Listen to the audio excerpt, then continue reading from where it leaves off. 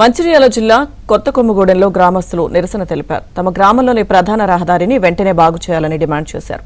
గుంతల రోడ్డుతో ఇబ్బంది పడుతున్నామని ఆవేదన వ్యక్తం చేశారు.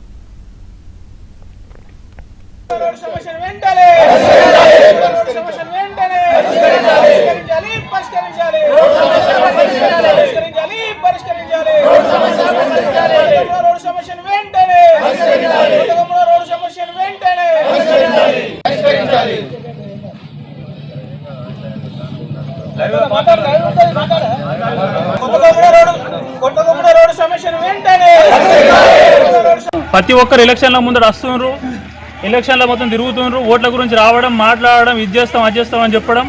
తీరే టైంకి వచ్చినాక ఈ రోడ్డు వ్యవస్థ మొత్తం ఇట్లే ఉన్నది. ఈ రోడ్డు చేయబట్టి ఇప్పుడు వెహికల్స్ దాదాపు ఇప్పుడు కొత్త బండి కూడా దాదాపు ఒక 6 months 1 yearకే మొత్తం గ్యారేజ్ కోల్సిన పరిస్థితి ఉంది. ఇప్పటికి 4 కార్లు 4-5 బైకులు మొత్తం కంప్లీట్గా ఖరాబ్ అయిపోయినాయి. యాక్సిడెంట్లు అవుతున్నాయి. మొన్న ఒక పర్సన్ కూడా అక్కడ కింద పడిపోయాడు, కాలు ఎదిలిరడం జరిగింది. ఇది ప్రేమ్ సాగర్ రావు దృష్టికి తీసుకుపోతున్నారా లేదనేది మాకు అర్థమైతలేదు. ఎంతసేపు ప్రతిసారి మా సారు సారు సారు అంటున్నారు. మరి వీళ్ళైతే సార్కి ఏం చెప్తున్నారో ఏం చెప్తున్నారో అర్థమైతలేదు.